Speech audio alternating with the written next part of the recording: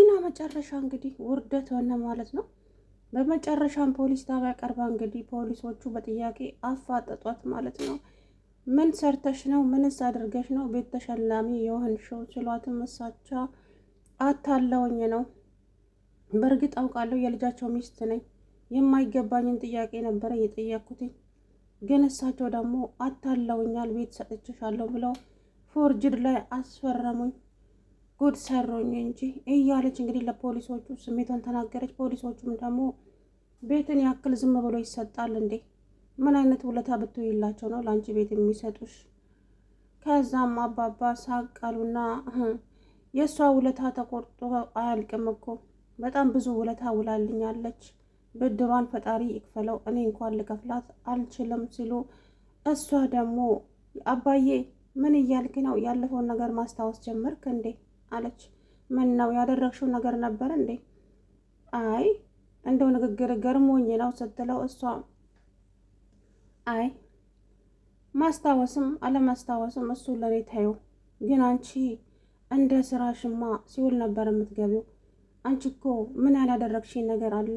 በጣም ብዙ ነገር አድርገሽኛል፣ ብዙ ነገር አድርሰሽብኛል። በጉልበትሽ አልሳካልሽ ሲልሽ መርዘሽ ልትገይኝ ነበረ፣ ግን ያ ሁሉ መረብ የዘረጋሽው አንቺኑ ጠልፎ እየጣለሽ ነው። አየሽ፣ መጥፎ ስራ ራስን ነው ጠልፎ የሚጥለው እንጂ ማንንም አይደለም። አንቺ ግን እኔን ብዙ ነገር ለማድረግ ሞክረሻል፣ ከእኔም አልፎ ትሁትን፣ ግን አልተሳካልሽም፣ ወደፊትም አይሳካልሽም። አሁን ግን የመጨረሻ ቃሌ ነው፣ ከዚህ በኋላ እዚህ ቤት ውስጥ አይንሽን ላየው አልፈልግም፣ ወደምትሄጂበት ሂጂ አላት። ከዛ በኋላ አባዬ እባክህን የት ልሂድ? መሄጃ እኮ የለኝም፣ የፈለግሽበት መሄድ ትችያለሽ። ከዚህ በኋላ እኔ አንቺን ስለማመጥ የምኖር እንዳይመስልሽ፣ ደክሞኛል። አይንሽን እንኳን ለሰከንድ ማየት አልፈልግም እዛ ቤት ውስጥ። ደግሞ ቤት ያለሽ አይደለ? እኔ እኮ የገረመኝ ደግሞ የድፍረትሽ ድፍረት ከቤቴ ውስጥ ወጡ ስትይ ነው። አታፍሪም? እኔ ሲመስልሽ ልጄ እያለ ለአንቺ ቤት መፈረምልሽ ይመስልሻል? ምን አደረግሽልኝ ብዬ አንድ ቀን እንኳን እኮ የሞቀ ውሃ በስኒ ሰጥተሽኝ አታውቂም። እና ለአንቺ ቤት የምሰጥበት ምክንያቴ ምንድን ነው? እስኪ ተናገሪ አላት። እሷም ራሷን ይዛ አባዬ እንደዚህ ታደርገኛለህ፣ ታዋርደኛለህ ብዬ አንድም ቀንም አስቤም አላውቅም። እውነትሽን ነው፣ ከዛሬ ጀምሮ እወቂው። አይደለም ቤት ለአንቺ ምንም አይነት ነገር ልፈርምልሽ ዝግጁ አይደለሁም።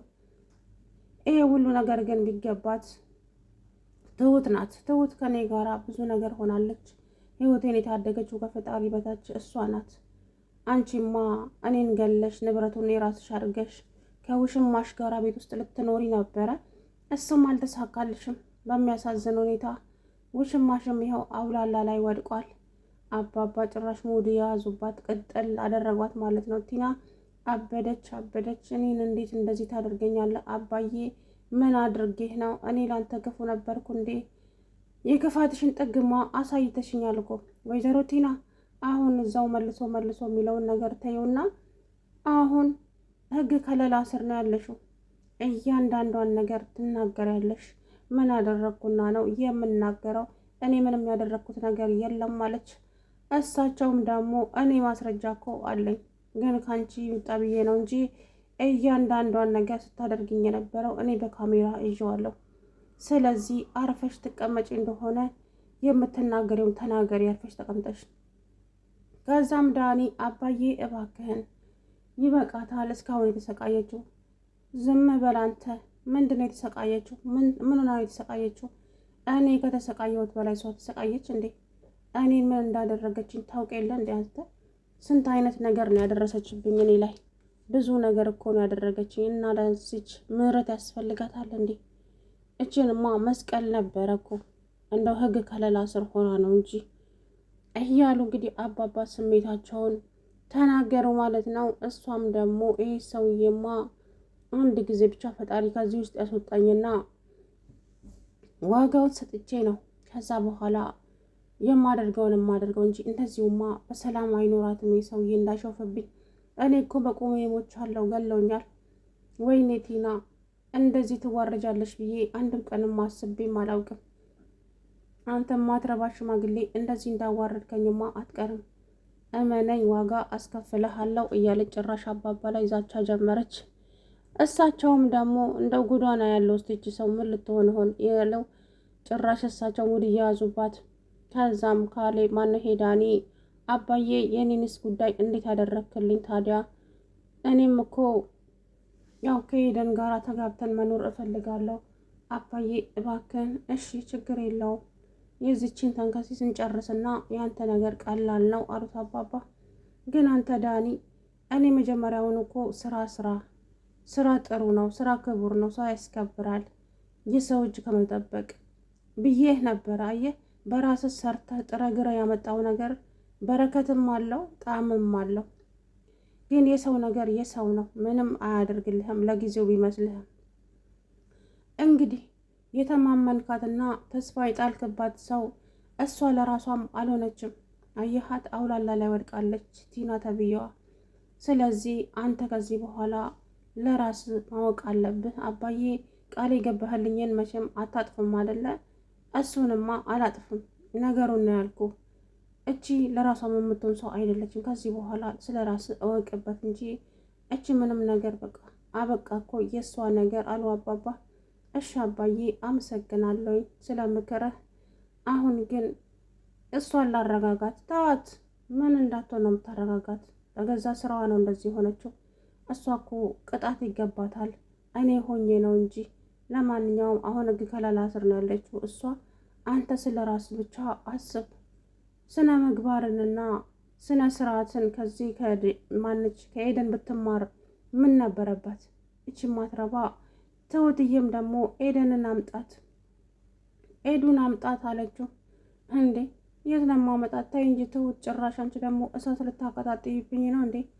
አረ እሷ አምጣት፣ እሷ እኮ ስርዓት ያላት ልጅ ናት። እንደው አምጣና የዚችን ስርዓት ትየው እባክሽን። ዝም በይ ትሁት፣ እኔ ለራሴ ጨንቆኛል፣ የማደርገው ጠፍቶብኛል እያለ ለትሁት ነገራት። ሰላም ውድነት የተከበራችሁ የቻናሌ ቤተሰቦች እንዴት ናችሁ? ደህና ናችሁ? አለሁ ደህና ነኝ። እንግዲህ ቲና መጨረሻዋ ፖሊስ ጣቢያ ሆነ ማለት ነው። ፖሊሶቹ በጥያቄ አፋጠጧት። እሷም ጭንቅላቷን ይዛ ቀረች። አባባ ጉዷን አፈረጡት እዛ ፖሊስ ጣቢያ ማለት ነው። እያንዳንዱን ነገር በካሜራ ይዘውት ነበረ። ሁሉንም ነገር ተናገሩ። እሷም ምላሷ ተሳሰረ። የምታወራው ነገር ጠፋባት። ምክንያቱም ያደረገችው ነገር በጣም በጣም በጣም የወረደ ነው።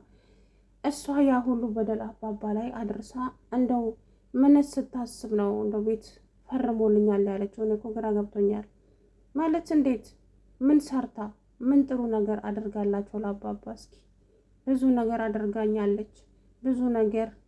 እሷማ እንደ ሀሳቧ ዘላለሜን የማልናገርና ከለንቸር ላይ ወርጄ የማልሄድ መስሏት ነበረ እሷ ያደረገችው ሁሉ። ግን እኔም በተቃራኒው እሷ ላይ እያደረኩ ነበረ። እሷ ያ መድኃኒት እያመጣች አፌ ውስጥ ስትከትብኝ እኔ ወደ ጎን እየተኮሰ ዞር ስትል እየጣልኩት ነበረ።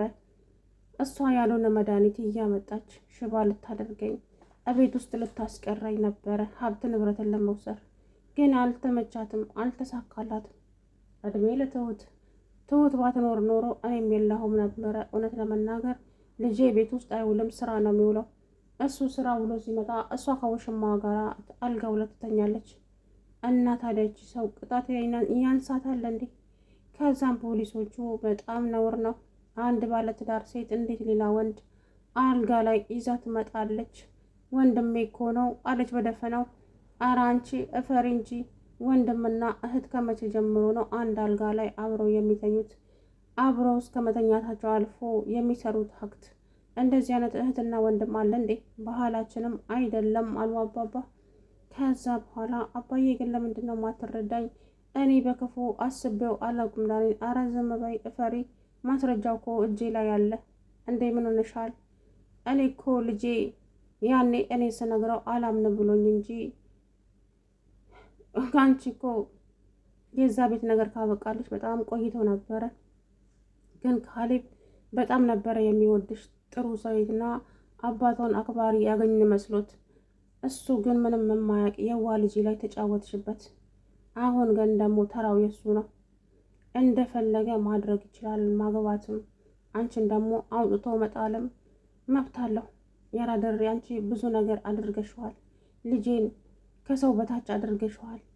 ትዳር አለኝ ብሎ ወደ ቤት ሲመለስ አንቺ ግን ከሌላ ወንድ ጋራ እራሱን ቀይሮ ሴት መስሎ እንኳን ሰላይ መስሎ እዛ ቤት መጥቶ ያየውን ነገር ማመን አቃተው። እኛን አላመነም፣ የራሱን አይን ነው ያመነው።